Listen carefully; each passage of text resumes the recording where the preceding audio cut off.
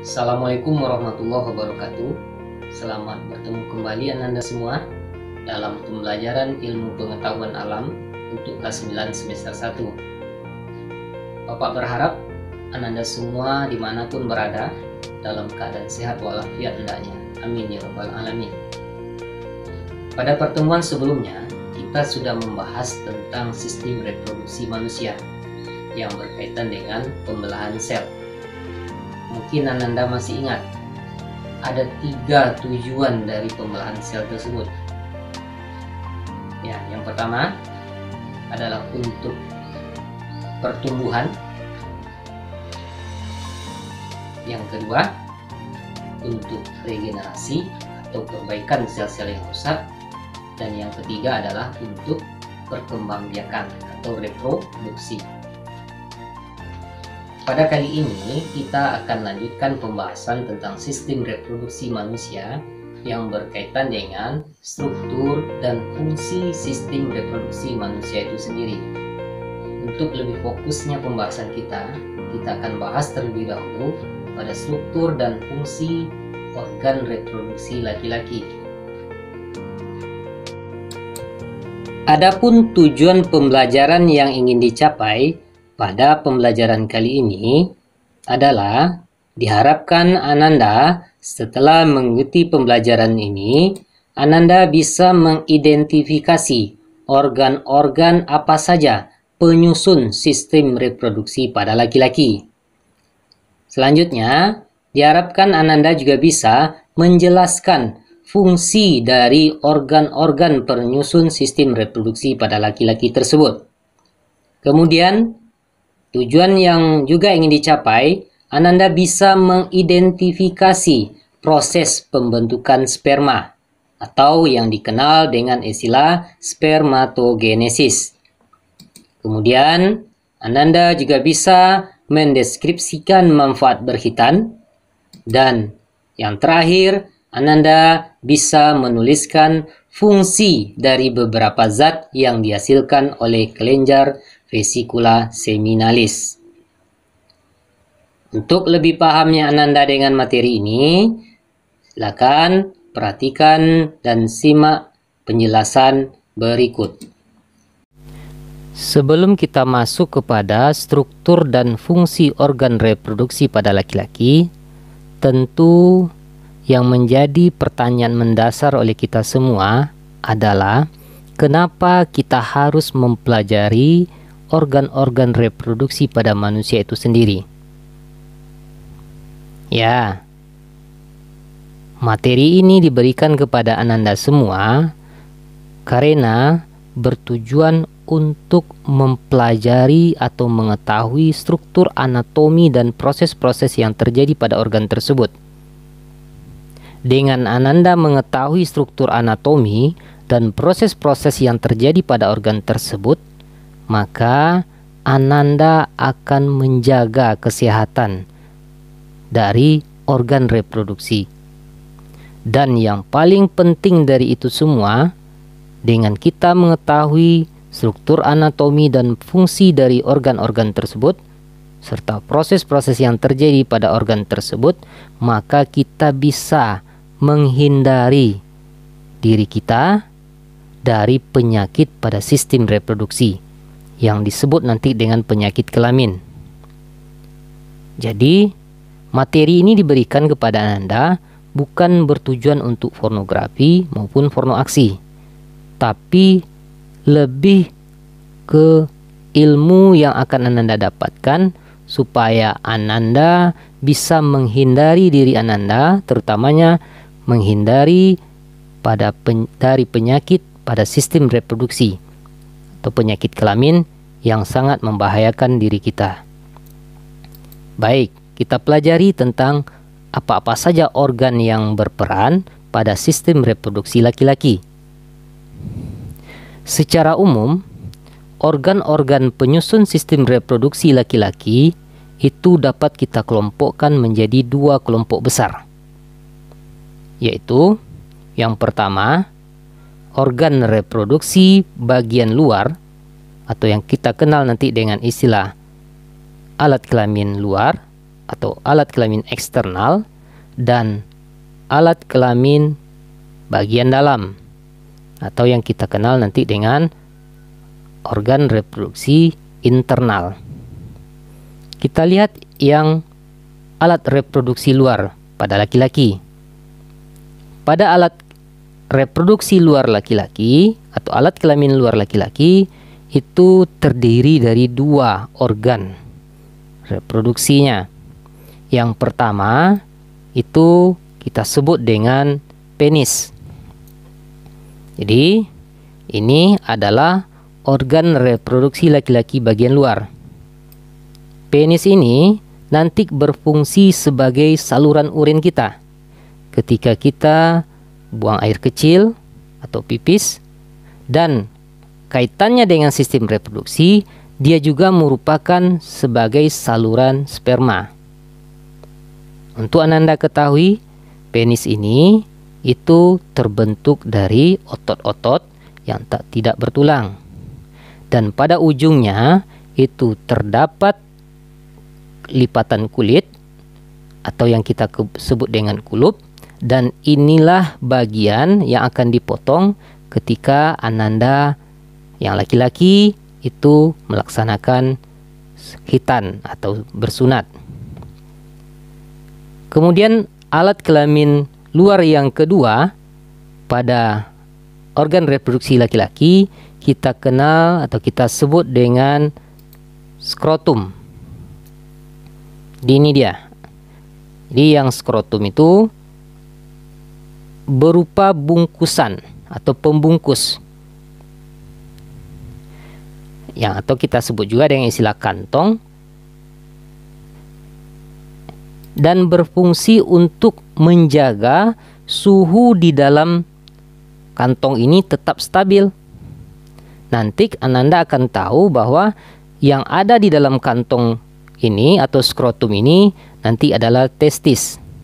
Maka fungsi utama dari skrotum ini adalah menjaga suhu testis ini tetap stabil sesuai dengan kondisi yang seharusnya atau sesuai dengan kondisi yang diinginkan oleh testis tersebut.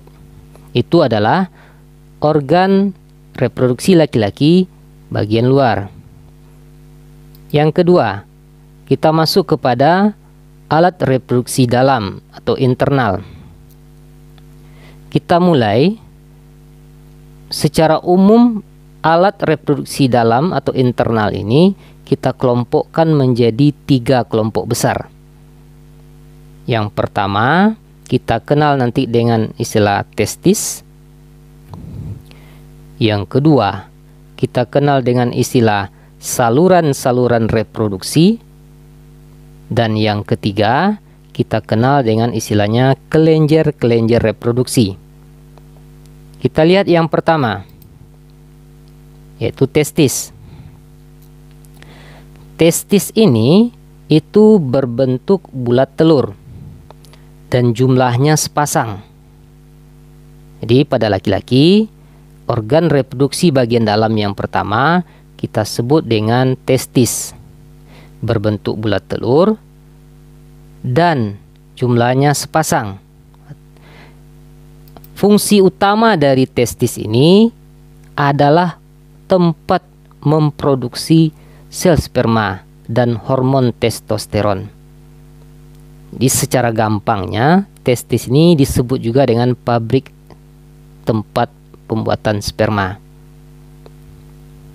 Yang kedua, alat reproduksi bagian dalam yang kedua yang kita kenal dengan namanya epididymis. Epididymis itu berada di belakang testis. Epididymis itu berada di belakang testis. Dia merupakan saluran yang berkelok-kelok yang keluar dari testis. Fungsi utama dari epididymis ini adalah sebagai tempat penyimpanan sel sperma untuk sementara dan juga tempat pematangan dari sel sperma yang sudah diproduksi oleh testis. Jadi epididymis ini adalah tempat pematangan dan penyimpanan sperma sementara. Bagian yang ketiga kita sebut dengan uretra. Yang uretra ini itu berada di dalam penis. Karena dia berada di dalam penis, maka sudah pasti atau sudah jelas oleh kita fungsi utama dari uretra ini merupakan saluran. Dia merupakan saluran akhir reproduksi dan sebagai tempat keluarnya urin dan sperma. Kemudian organ yang selanjutnya yang berada di dalam alat reproduksi dalam laki-laki itu kita sebut dengan namanya vas deferens. Secara struktur kita bisa lihat bahwa vas deferens ini itu merupakan saluran reproduksi yang berasal dari epididymis dan nanti akan menghubungkan ke saluran ke organ berikutnya yang kita kenal nanti dengan namanya vesicula seminalis. Berarti kalau begitu vas deferens ini berfungsi untuk menyalurkan sperma dari epididymis ke vesicula seminalis. Kemudian bagian yang kelima kita sebut dengan Clenger vesicula seminalis. Clenger vesicula seminalis ini merupakan penyumbang terbanyak dari kelenjar reproduksi. Itu lebih kurang 60% dari cairan semen atau air mani kita yang laki-laki itu berasal dari kelenjar vesicula seminalis. Kelenjar vesicula seminalis ini nanti menghasilkan kelenjar yang berwarna jernih, kental, kemudian mengandung lendir, dan menghasilkan zat yang bersifat basa, kemudian fruktosa sebagai sumber nutrisi makanan sel sperma, dan juga menghasilkan hormon prostaglandin dan protein pembekuan. Kemudian bagian yang selanjutnya dari alat reproduksi dalam laki-laki itu disebut dengan kelenjar prostat. Kelenjar prostat yang berbentuk seperti kue donat ini itu terletak di bawah kantong kemih. Fungsi dari kelenjar prostat ini itu adalah sebagai kelenjar yang akan menghasilkan cairan encer, keputih-putihan, dan sedikit asam, serta mengandung beberapa zat. Di antaranya ada asam sitrat sebagai penghasil energi, kemudian enzim pepsinogen, lisosim, dan amilase, serta menghasilkan seminal plasmin yang berfungsi sebagai antibiotik. Apa fungsi antibiotik pada cairan kelenjar prostat ini? Adalah untuk membunuh bakteri dalam saluran reproduksi. Kemudian bagian terakhir dari alat reproduksi dalam laki-laki kita kenal dengan kelenjar Cowper atau kelenjar bulbouretral. Adapun kelenjar Cowper ini itu nanti menghasilkan cairan yang berlendir, kemudian bersifat basa, sehingga dia bisa menetralkan urin yang bersifat asam, karena zat asam akan bisa dinetralkan oleh zat yang bersifat basa. Sehingga nanti ketika cairan ini dikeluarkan pada kelenjar Cowperi, maka itu akan melindungi sel sperma yang akan melewati saluran reproduksi. atau uretra. Nah, itulah bagian-bagian dari organ reproduksi dalam atau alat kelamin dalam pada laki-laki yang kita kelompokkan menjadi 3 kelompok besar. Yang pertama testis, yang kedua saluran reproduksi yang terdiri dari epididymis, vas deferens, dan uretra. Dan yang ketiga kita sebut dengan kelenjar reproduksi yang terdiri dari kelenjar vesicula seminalis, kelenjar prostat, dan kelenjar Cowper. Untuk Ananda ketahui bahwa sperma yang dihasilkan dari testis itu akan bercampur dengan getah-getah atau cairan yang dihasilkan oleh kelenjar-kelenjar reproduksi, sehingga terbentuklah suatu suspensi yang nanti disebut dengan semen, atau itulah yang dikenal dengan istilah air mani.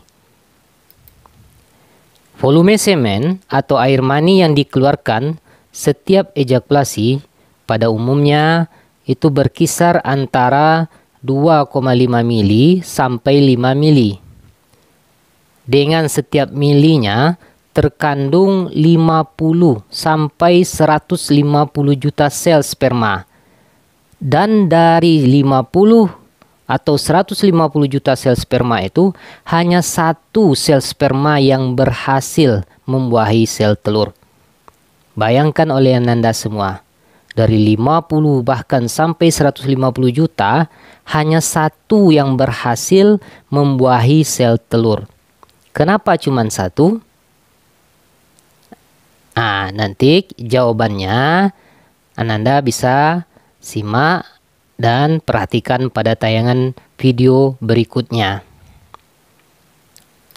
Kita lanjut terlebih dahulu. Supaya lebih paham Ananda dengan sistem reproduksi pada laki-laki, kita tentu akan sering menyebut yang istilahnya sel sperma dan hormon testosteron. Apa itu sel sperma dan hormon testosteron? Sel sperma itu merupakan sel tunggal. Jadi sperma itu merupakan sel tunggal yang memiliki ekor dan kepala. Dan ini merupakan sel kelamin bagi laki-laki. Nanti untuk perempuan beda lagi. Nanti kita kenal dengan namanya sel telur.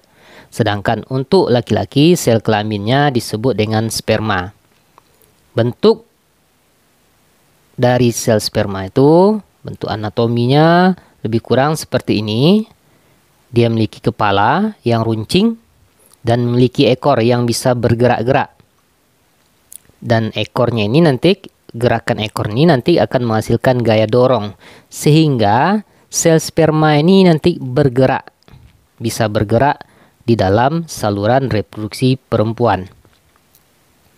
Dan inilah nanti fungsi dari ekornya ini nanti adalah untuk menggerakkan sel sperma supaya bisa mencari sel telur pada sistem reproduksi perempuan. Kemudian hormon testosteron itu adalah hormon yang menghasilkan senyawa, di mana senyawa itu berfungsi untuk merangsang perubahan fisik pada laki-laki, seperti timbulnya otot, baik pada otot bahu atau pada dada yang menjadi lebih bidang. Juga untuk mengatur perkembangan ciri-ciri kelamin sekunder.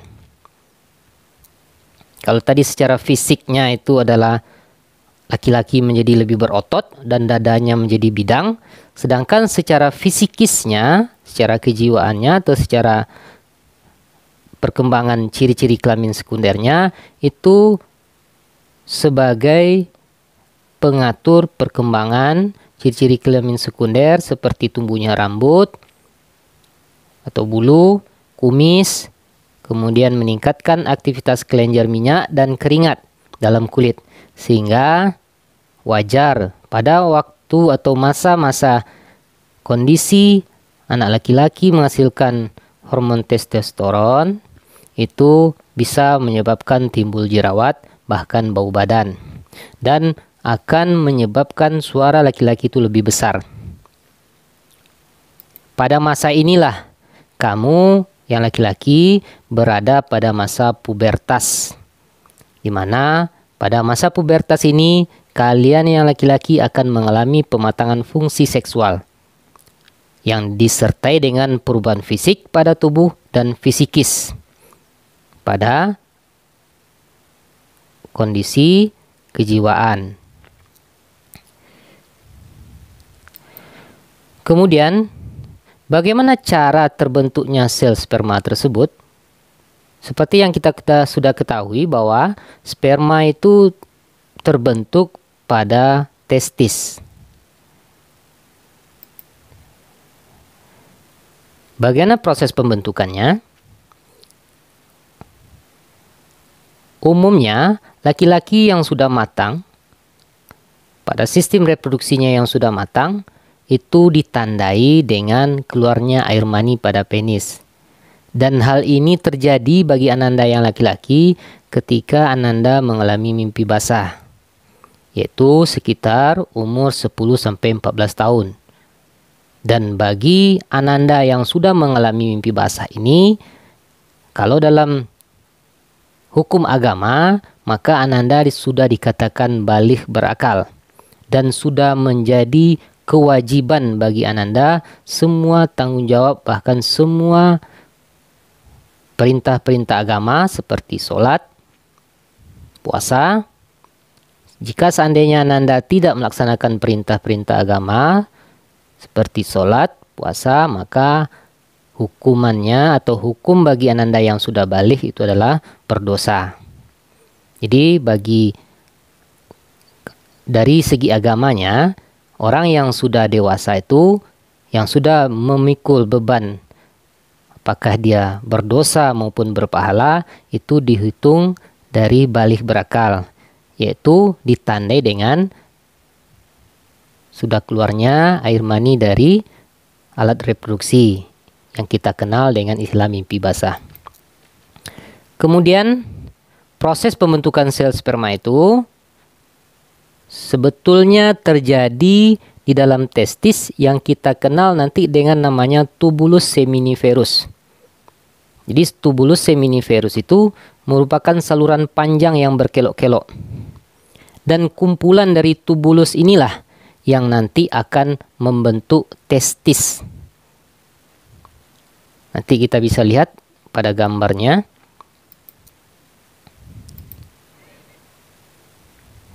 Dan nanti proses pembentukan secara bertahap, proses pembentukan sperma ini atau spermatogenesis ini akan terjadi secara bertahap, baik melalui pembelahan mitosis maupun meiosis.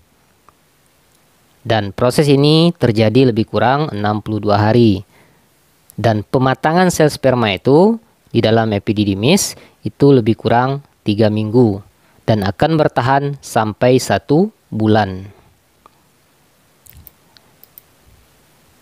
Nah, disinilah proses terjadinya spermatogenesis atau pembentukan sel sperma. Ini adalah testis kita yang laki-laki. Kalau diiris secara melintang, maka di dalamnya akan kelihatan, ini yang epididymis, bagian di belakang testis, dan inilah yang disebut dengan tubulus seminiferus. Itu saluran-saluran atau tabung-tabung kecil. Di dalam tubulus seminiferus inilah terjadinya pembentukan sperma atau yang kita kenal dengan spermatogenesis melalui proses pembelahan mitosis dan meiosis. Di mana proses spermatogenesis itu dimulai dengan spermatogonium atau bakal calon sel sperma, kemudian membelah secara mitosis menjadi spermatosit primer, kemudian membelah secara meiosis menjadi spermatosit sekunder. Spermatosit sekunder akan membelah lagi menjadi spermatid dan akan berkembang menjadi spermatozoa atau sel sperma. Pada akhir pembelahan ini dihasilkan 4 sel anakan. Ini adalah ciri khas dari pembelahan meiosis yang menghasilkan 4 sel anakan. Nah, itulah Ananda semua berkaitan dengan struktur dan fungsi organ reproduksi pada laki-laki. Bapak berharap apa yang Ananda perhatikan dan Ananda saksikan pada materi ini, Ananda bisa memahami atau bisa mengidentifikasi organ-organ apa saja yang berperan dalam sistem reproduksi laki-laki dan apa fungsi dari organ-organ tersebut yang menjadi tujuan dari pembelajaran kita pada kali ini. Untuk lebih memperkuat pemahaman Ananda, mungkin kita kerjakan evaluasi yang berkaitan dengan sistem reproduksi laki-laki. Untuk Ananda ketahui juga bahwa soal-soal yang berkaitan dengan organ reproduksi laki-laki ini sering ditanyakan dalam ujian maupun ulangan. Bahkan pada ujian nasional pernah dikeluarkan soal-soal yang berkaitan dengan organ reproduksi laki-laki maupun perempuan. Ini sebagai contoh soal yang berkaitan dengan organ reproduksi laki-laki. Silakan Ananda coba simak dan perhatikan soalnya dan coba dijawab. Kira-kira apa jawaban dari soal pada gambar ini? Ya.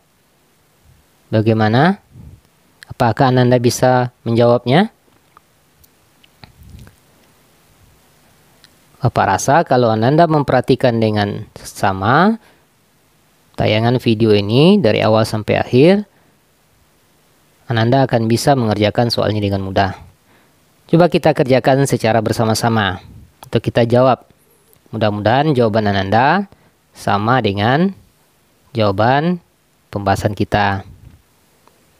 Soalnya, perhatikan gambar organ reproduksi laki-laki berikut. Ini adalah organ reproduksi laki-laki. Nama organ yang ditunjuk oleh nomor 4. Nah, ini dia. Jadi yang ditunjuk nomor 4 itu yang ini ya. Nah, beserta fungsinya yang benar adalah. Nah, untuk menjawab ini tentu Ananda harus menguasai terlebih dahulu. Tentu syarat untuk menjawab soal ini Ananda harus paham nama organ beserta fungsinya. Nah, itu yang menjadi tujuan dari pembelajaran kita hari ini. Ananda bisa mengetahui apa nama organnya dan apa fungsinya dari seluruh organ reproduksi laki-laki. Sehingga untuk jawaban soal ini, karena yang diminta nomor 4, mungkin Ananda ada yang tahu apa jawabannya? Ya, jawabannya adalah ini epididymis. Nah, kebetulan opsi yang menyebut epididymis itu berada pada opsi D. Nah, epididymis dan fungsinya adalah menyimpan sperma sementara. Jadi jawaban yang betulnya adalah D. Nah, mudah-mudahan jawaban Anda dengan jawaban kita pembahasan kita kali ini sama. Jadi kalau Anda tidak tahu dengan nama organ dan fungsinya, bisa saja Anda menjawab ini adalah testis. Karena fungsinya juga ada betul di sini. Atau juga bisa menjawab vas deferens yang nomor 3. Ya. Karena juga bisa juga nanti Ananda menjawab vas deferens kalau Ananda tidak paham dengan nama-nama organ beserta fungsinya.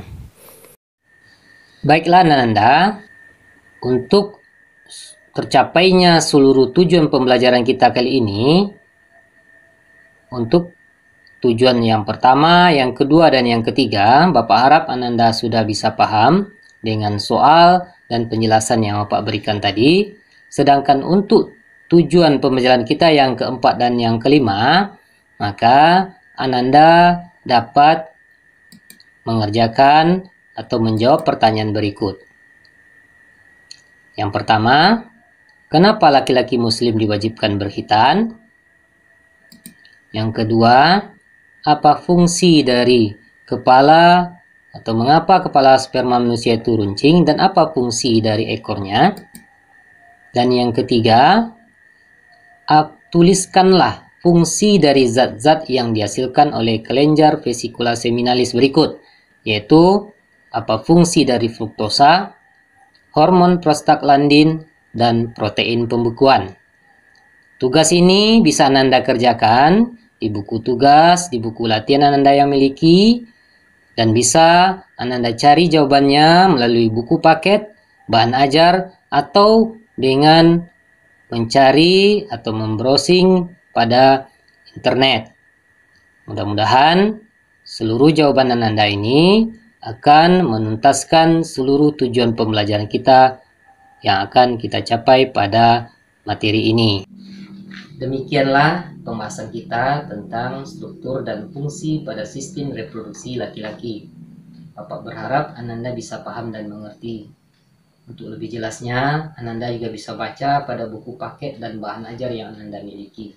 Serta jangan lupa kerjakan tugas-tugas yang diberikan. Sebelum kita akhiri pertemuan kita kali ini, Bapak ingatkan untuk pertemuan berikutnya kita akan membahas tentang struktur dan fungsi pada sistem reproduksi perempuan. Bapak akhiri pertemuan kita ini dengan mengucapkan terima kasih atas perhatian. Mohon maaf atas segala kekurangannya. Pak sudahi dengan Assalamualaikum warahmatullahi wabarakatuh.